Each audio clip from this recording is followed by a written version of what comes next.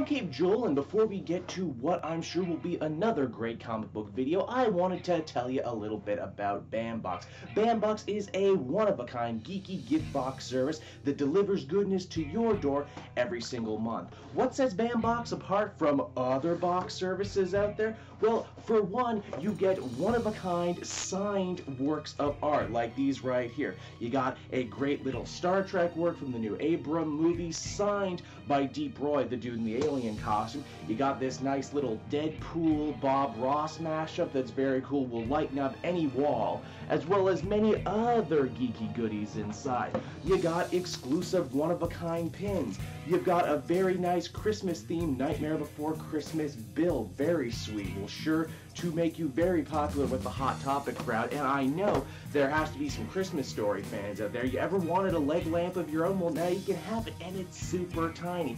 Links down in the description. Get your own Bambox. Be sure to tell them your good buddy Cape Joel sent you. And with that, let's hop on into the video, which is... We are taking a closer look at Action Comics number 995, with Superman and Booster Gold both lost to the seas of time. Will they ever manage to make it back to the present? Well, let's hop on in together and find out. Alrighty then, so as we join the comic, our two heroes are in the future. Not just any future, mind you, Booster Gold's own personal future, the one he tried to escape to find fame and stardom in the past. Soups and Booster aren't alone, by the way, either. They brought a very unwelcome stowaway with them from their last adventure on Krypton, an honest-to-goodness eradicator. Of course, it seems no one told this mechanical monstrosity that old human adage, ass, cash, or grass, nobody rides for free. Luckily, Superman is much more helpful in this issue, what with being back on Earth and near Earth's yellow sun. Granted, Booster Gold still takes the majority of narration duty in this issue. Now, as you might have guessed, all this titanic commotion alerts the authorities that already have a bone to pick with Booster, what with stealing his time sphere and everything. Now, I'd be remiss if I didn't mention this story's hard-working B-plot. Lois sneaks aboard a military transport in an attempt to try and save her father before he gets executed in a foreign nation. She told John the Superboy he couldn't come, so obviously he ends up stowing away on this stowaway mission without his mother's knowledge. Now, Booster ends up getting himself caught by the local authorities, and we discover one of the big reasons he never wanted to come back to the future again wasn't only because he was a wanted man, but because he never wanted to face his shitty father. Surprisingly, Superman isn't actually 100% sure that he should save Booster. One, he's pretty upset with him for stopping him from learning the truth about his father on Krypton, and also he figures, hey, he's a criminal, right? He's facing justice. It's Skeets, Booster's little robot buddy, who has to get the Man of Steel up to speed on everything that's happened in Booster's life and how it caused him to take the roads that he did, how his father was abusive, that he only threw his college sports prospects so he could help his sick mother. This all seems to be enough to move Superman into action, and not a moment too soon either, because Daddy Not-So-Dearest stole a gun from a guard and was ready to stage an escape. Superman, now being a father himself, thinks that he would hate that his own son would hate him so much that he would leave the time period and never come back, and as such agrees to help Booster,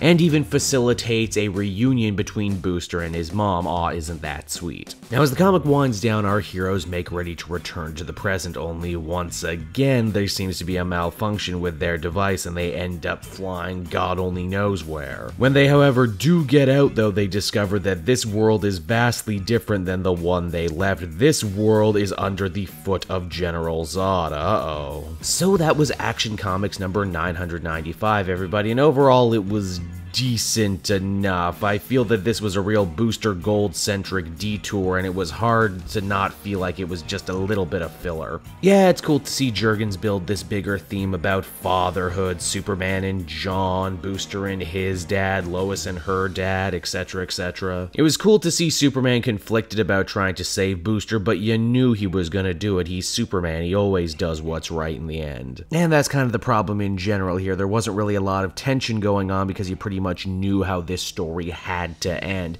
Overall, though, I'd give it a 6.5 out of 10. It was fine if forgettable. So that's Action Comics, everybody. I hope you enjoyed it, and as always, be sure to take a closer look at some of these other videos I've been working on. Then you can follow me on social media at Cape Joel, so you always know what videos are coming out next. And hey, if you like this story and want to pick it or any other comic book up in trade, please use my book depository link down in the description. Not only will you get an amazing deal without having to pay a cent for shipping, but you'll also get to support support me at the same time. And until next time, everyone, this has been Cape Joel. Thank you so much for watching, and I'll see you all again later. Bye-bye.